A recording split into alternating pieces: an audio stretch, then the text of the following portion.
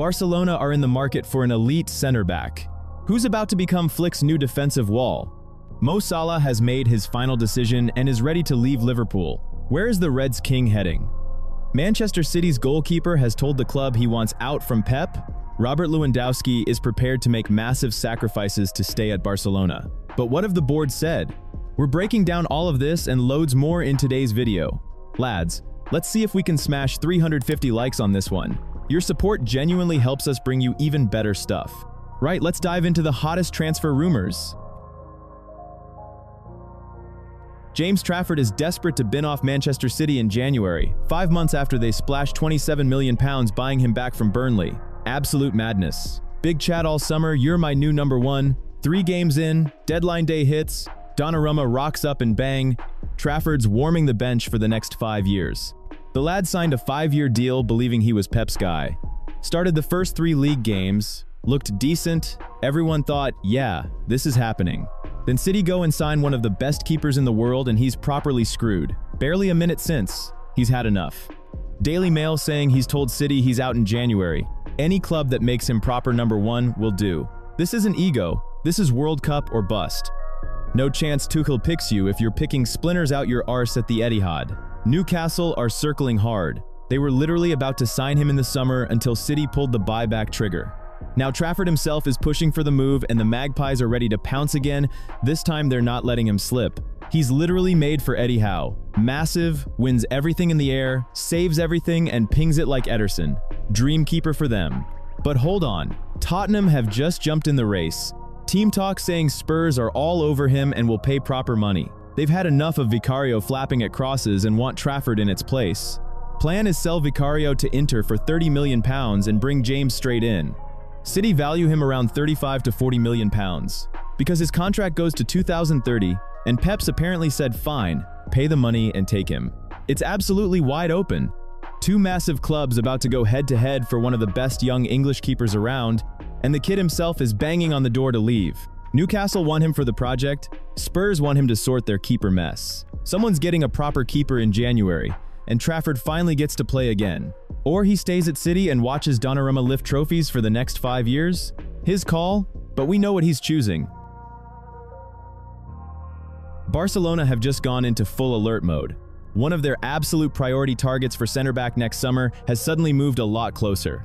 Íñigo Martínez leaving has absolutely gutted an already shaky defense.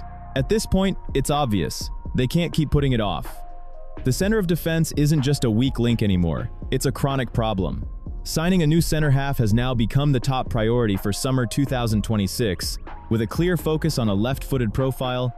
Pau Cubarsí has already shown he's ready for the very top level, but he's visibly more comfortable on the right. The club desperately need a proper left-footed partner for him, and now that profile has a name, Nico Schlotterbeck.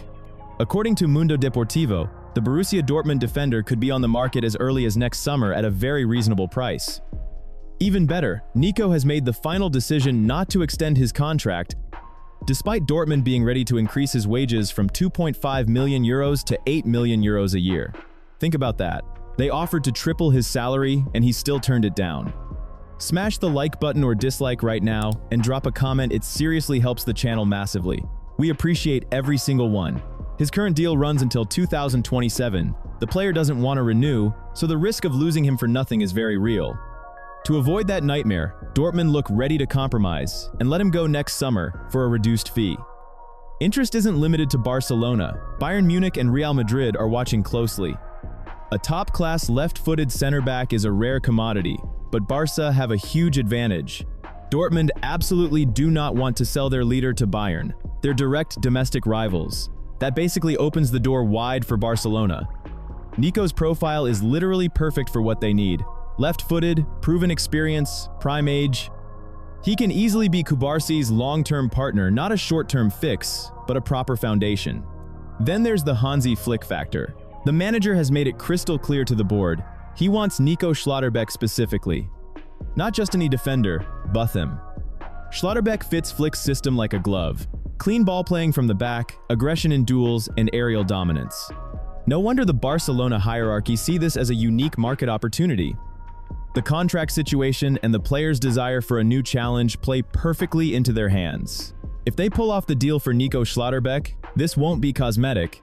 This will be a massive step towards the defensive solidity the club have been dreaming of for years.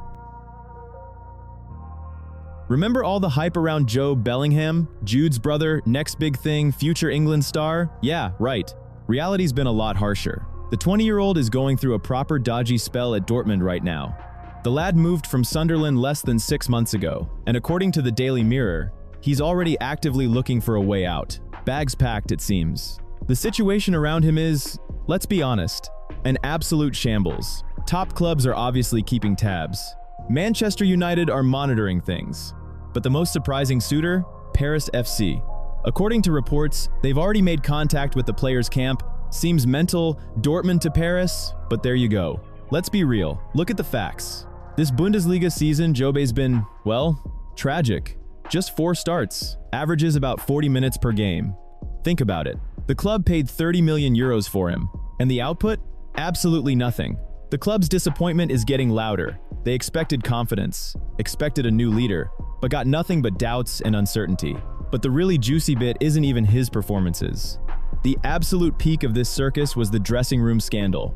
Job's dad, who also happens to be his agent, literally stormed in on head coach Niko Kovac, demanding to know why his precious boy keeps getting subbed off. Kicked up such a fuss that sporting director Sebastian Kehl had to step in.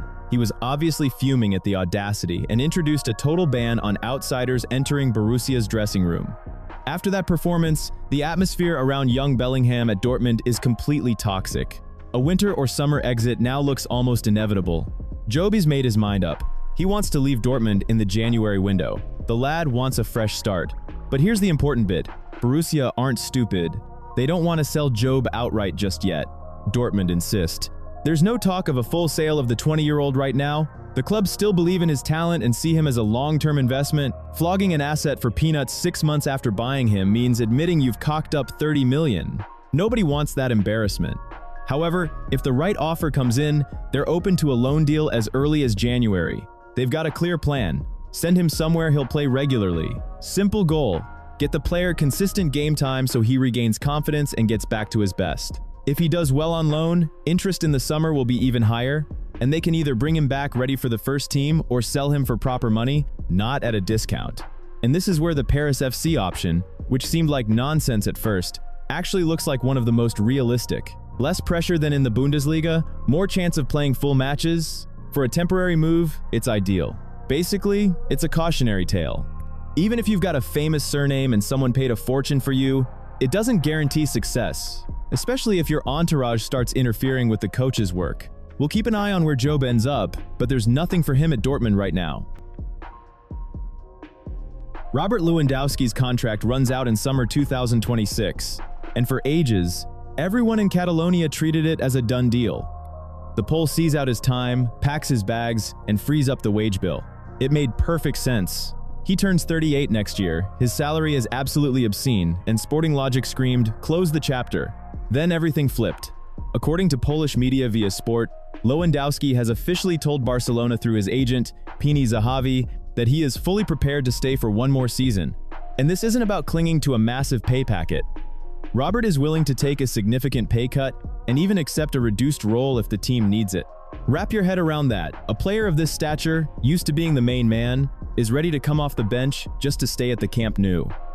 The 37-year-old believes he is still physically and mentally capable of performing at the very highest level for another year. And he wants to prove it in the Blaugrana shirt. The hunger is still there, and you have to respect that. No official talks have started yet. Everything is parked until early 2026. Sporting director Deco has repeated several times. Lewandowski is a grown man. He knows how this game works. No room for sentiment, only business and results. The club's decision will hinge on 3 things: his form and fitness until the end of the season, Barcelona's financial situation, which is always a mess, and whether they can actually sign a top-class striker. Finding a proper goalscorer these days is ridiculously hard and expensive. If they don't find one, keeping Louis suddenly becomes a lot more realistic. It's simple economics and insurance. From January 1st, Robert can officially talk to any club he wants. AC Milan are showing the most concrete interest. The Rossoneri would love an experienced killer. A few Premier League sides have also asked about his situation, but Louis' camp have made it crystal clear. Priority number 1 is staying at Barcelona. Italy or England are only backups. He doesn't want to go anywhere else if there's a chance to remain in Spain. Now the ball is in Barcelona's court. They have to decide, thank him for everything and end the Lewandowski era, sending him into retirement or another league. Or give the legend one final year in Garnet and Blue. Robert clearly hasn't accepted that his time is up. And let's be honest, yes, he's noticeably declined from his absolute Bayern peak, and age has taken away that explosiveness. But he remains a key figure for Hansi Flick's side. The manager knows exactly how to use his strengths. The numbers don't lie. 8 goals in 12 La Liga games this season. That is still elite finishing. Writing him off is premature. So the question is wide open. Should Barcelona go chasing perfection and spend tens of millions on a new striker right now? Or take Lewandowski's generous offer, save the budget, and get a motivated veteran either as backup or even a starter for one more year? Let me know in the comments what you would do if you were Laporta and Deco. The Saudi clubs are going all in on Mohamed Salah again, and this time, they genuinely fancy their chances. TalkSport are saying it outright. The Egyptian remains the absolute #1 target for the Pro League in summer 2026. Al Hilal still have him top of their wish list, and Al Qadsiya have already sent an official enquiry to Liverpool, effectively asking, what's the price? Let's talk properly. Both clubs are happily waiting until the end of the season. The Saudis are convinced everything is falling their way now. Salah's form isn't the same, his contract is entering its final phase, and age is catching up. A year ago, Mo turned his nose up at £500 million and signed a fresh 2-year deal with Liverpool.